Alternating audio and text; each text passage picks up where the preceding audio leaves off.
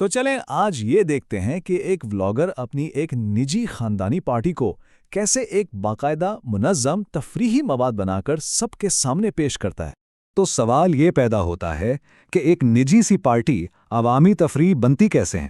یہی وہ بنیادی سوال ہے جس کے ارد گرد ہمارا آج کا تجزیہ گھومے گا۔ تو چلیں ولاگنگ کی ان تکنیکوں کو ذرا گہرائی میں جا کر سمجھتے ہیں جو عام سے لمحات کو ایک دلچسپ کہانی میں ڈھال دیتی ہیں۔ اچھا، تو اس پورے ولاگ کو ہم 5 اہم حصوں میں دیکھیں گے۔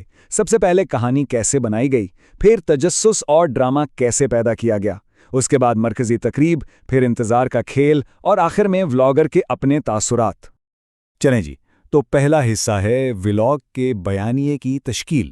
اب دیکھیں، کسی بھی اچھی کہانی کی طرح ایک کامیاب ولاگ کی شروعات بھی ایک بہت مضبوط بنیاد سے ہوتی ہے۔ یہاں سب سے دلچسپ بات یہ ہے کہ ولاگر نے کتنی تیزی سے پورے منظر کو ترتیب دیا ہے۔ تقریب کیا ہے، تھیم کیا ہے، جگہ کون سی ہے اور کردار کون کون ہے، سب کچھ فوراً بتا دیا گیا تاکہ کہانی کا آغاز ہو سکے۔ اچھا، اب آتے ہیں اس حصے پر جہاں تجسس اور ڈرامہ پیدا کیا جاتا ہے۔ یہی وہ جگہ ہے جہاں روزمرہ کی معمولی رکاوٹوں کو کہانی کا اہم موڑ بنا کر پیش کیا جاتا ہے۔ اب یہاں دیکھیں، شوہر کا اپنے لباس پر یہ جو ایک مزاحیہ سا احتجاج ہے نا، یہی کہانی کا پہلا واقعہ بن جاتا ہے تو ایک چھوٹا سا اختلاف، لیکن اسے ایک ڈرامائی انداز میں پیش کیا گیا ہے۔ اور پھر اس مسئلے کا حل بھی ایک مزاحیہ سے نام موٹا ماؤس سے نکل آتا ہے، یعنی اس چھوٹی سی بحث کو ایک پوری کہانی کی طرح دکھایا گیا ہے۔ ایک مسئلہ، اس پر رد عمل اور پھر اس کا حل۔ بس اسی طرح ایک معمولی سے تنازع سے بھی دیکھنے والوں کی دلچسپی بڑھائی جاتی ہے۔ تو یہاں ہم دیکھتے ہیں کہ کس طرح تیاری کی چھوٹی چھوٹی چیزوں کو کہانی کی بڑی رکاوٹیں بنا کر پیش کیا جاتا ہے، جیسے سب کے لباس کو ایک جیسا کرنا، 2 الگ خاندانوں کو وقت پر ایک جگہ لانا، غباروں کا انتظام اور پھر کیک کا وقت پر پہنچنا۔ یہ سب چیزیں دیکھنے والوں میں تجسس پیدا کرتی ہیں کہ بھئی کیا سب کچھ منصوبے کے مطابق ہو پائے گا بھی یا نہیں۔ 125 غبارے، یہ تعداد ایسی ہی نہیں بتائی گئی۔ ولاگرز اکثر ایسی تفصیلات کو نمبروں میں بتاتے ہیں تاکہ تیاریوں کو زیادہ بڑا اور اہم دکھایا جا سکے۔ اس سے ایسا لگتا ہے کہ یہ کتنا بڑا اور مشکل کام ہے۔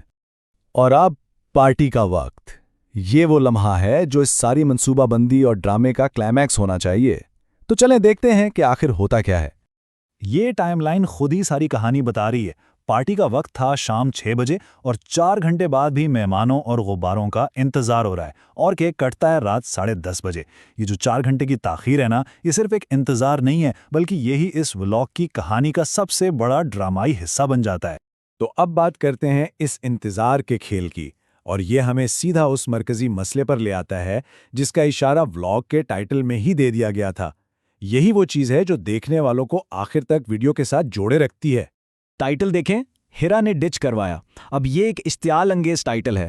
یہ فوراً تجسس پیدا کرتا ہے اور ایک ڈرامائی صورتحال کا اشارہ دیتا ہے۔ یہ دیکھنے والوں کو مجبور کرتا ہے کہ وہ جانیں کہ بھئی آخر ہوا کیا تھا، اور اسی وجہ سے وہ ویڈیو کو دیکھتے رہتے ہیں۔ تو یہاں آ کر اس مرکزی مسئلے کی وضاحت ہوتی ہے۔ 2 بہنیں غیر حاضر ہیں، ایک ہیرا اپنے کام کے فوٹو شوٹ کی وجہ سے لیٹ ہیں اور دوسری رابعہ ایک شادی میں ہے۔ آخر میں ہیرا تو پہنچ جاتی ہیں، لیکن رابعہ تقریب میں شریک ہی نہیں ہو پاتی۔ اس سے کہانی کا تناؤ اور بھی بڑھ جاتا ہے، اور خاندان کا یہ ایک جملہ ساری صورتحال کو بیان کر دیتا ہے۔ ہم نے 4 گھنٹے غباروں کا اور اس کا انتظار کیا۔ اس ایک سیدھے سادے جملے میں طویل انتظار کی ساری مایوسی چھپی ہے۔ یہی اس پورے حصے کے ڈرامے کا مرکز ہے، اور یہ دیکھنے والوں کو بھی خاندان کی اس کیفیت کا احساس دلاتا ہے۔ اچھا جی، تو اب ولاگ کے اختتام کا تجزیہ کرتے ہیں۔ دیکھتے ہیں کہ ولاگر اس پوری کہانی کو سمیٹتا کیسے ہے، اور ساتھ ہی ساتھ آنے والے مواد کے لیے راستہ کیسے بناتا ہے۔ تو دن کے آخر میں ولاگر ایک طرح کی رپورٹ پیش کرتا ہے کہ یہ سب سے تھکا دینے والی سالگرہ تھی، اور بچی کا سولو فوٹو شوٹ بھی رہ گیا۔ اس طرح اپنی تھکاوٹ اور جو چیزیں ٹھیک نہیں ہوئیں ان کا ذکر کر کے وہ دیکھنے والوں کے ساتھ ایک حقیقی تعلق بناتا ہے۔ اپنی ان خامیوں کو شیئر کرنے سے ہی ایک اپنائیت کا احساس پیدا ہوتا ہے، اور آخر میں یہ کہنا کہ آنے والے دن مزید دلچسپ ہوں گے، یہ صرف ایک جملہ نہیں ہے، یہ ایک بہت اہم تکنیک ہے، ایک طرح کا اشارہ جو دیکھنے والوں کو اگلی قسط دیکھنے کے لیے تیار کرتا ہے۔ یہ سیریلائزڈ ولاگنگ کا ایک بنیادی اصول ہے۔ تو آخر میں یہ ایک بڑا سوال ہمارے سامنے آتا ہے کہ کیا یہ جو حقیقی خاندانی زندگی ہمیں دکھائی جاتی ہے، یہی آج کے دور کا حتمی ریالٹی شو ہے؟ انفلوئنسرز کے اس دور میں نجی زندگی اور عوامی دکھاوے کے درمیان کی لکیر آخر کتنی دھندلی ہو چکی ہے؟